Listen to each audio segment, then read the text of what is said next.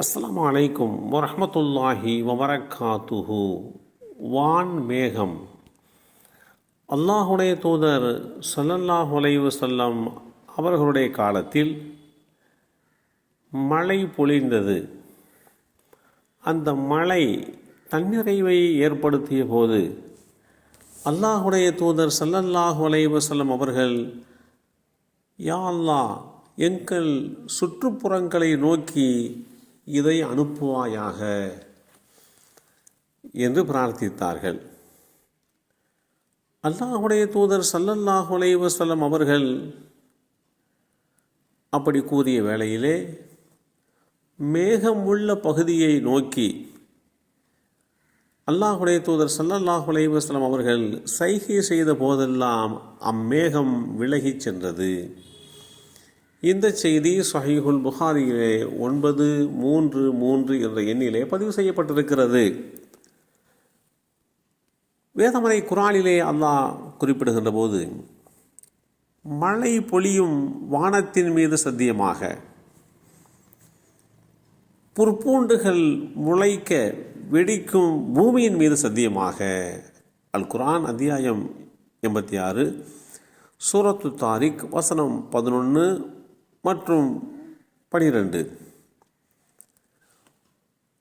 அறிவியல் ஆய்வுகள் வான் மேகங்களை அடிப்படையாக கொண்டு நடத்தப்பட்ட அந்த கண்டுபிடிப்புகளில்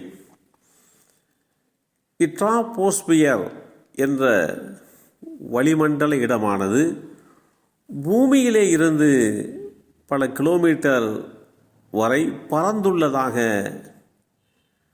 அறிவியல் சார் ஆய்வாளர்கள் கணித்திருக்கின்றனர்.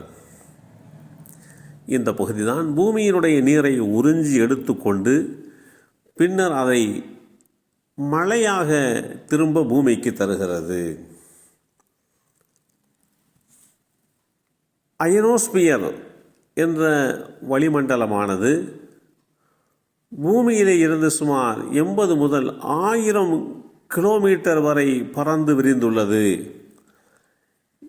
இந்த வளிமண்டலத்தில் உள்ள காந்த கதிர்கள் பூமியில் இருந்து ரேடியோ, டிவி, அலைபேசி போன்றவை வெளியிடுகின்ற அலைகளை உள்வாங்கிக் கொண்டு திரும்ப பூமிக்கு கொடுத்து கொண்டிருக்கிறது.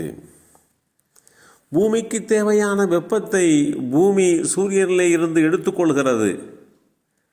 வருகின்ற வெப்பத்தையெல்லாம் பூமி தன்னகத்தே எடுத்துக்கொண்டால் பூமி தாங்க முடியாத அளவுக்கு உண்டான வெப்பத்தால் நிரம்பிவிடும். எனவே பூமி தனக்கு தேவையான வெப்பத்தை எடுத்துக்கொண்டு மீதியை வானத்திற்கு அனுப்பி வைக்கிறது.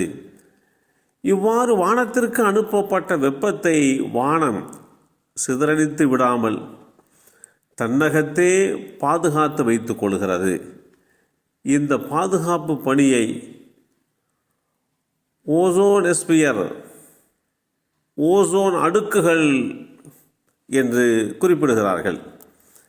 இந்த அடுக்குகள் வளிமண்டலத்தில் இருக்கும் பல்வேறு விதமான விஷயங்களுக்கு காரணமாக இருக்கிறது.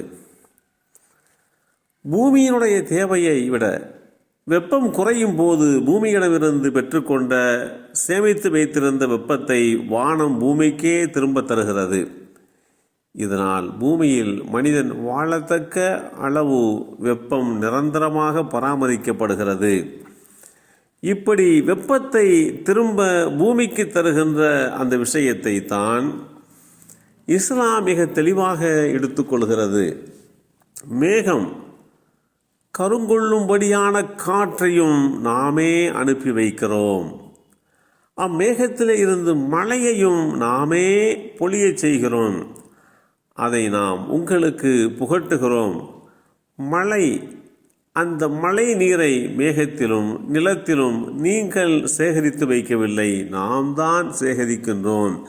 அல் குர்ஆன் அத்தியாயம் 15 சூரத்து ஹிஜ்ர் வசனம் 22 தெளிவுபடுத்தப்பட்டிருக்கிறது. எந்த மழையாக இருந்தாலும் அது இங்கிருந்து பூமியிலே இருந்து எடுத்து செல்லப்பட்ட தண்ணீர் மூலமாகத்தான் உருவாகிறது என்பதை வேதமறை குர்ஆனுடைய வசனங்கள் தெளிவாக எடுத்துச் சொல்கிறது. எல்லாம் வல்ல அல்லாஹ் அவனுடைய வல்லமையை புரிந்து கொள்கின்ற நல்லோர்களாக நம்மையும் நம் சந்ததிகளையும் ஆக்கி வைப்பானாக. அஸ்ஸலாமு அலைக்கும் வரஹ்மத்துல்லாஹி வபரகாத்துஹு.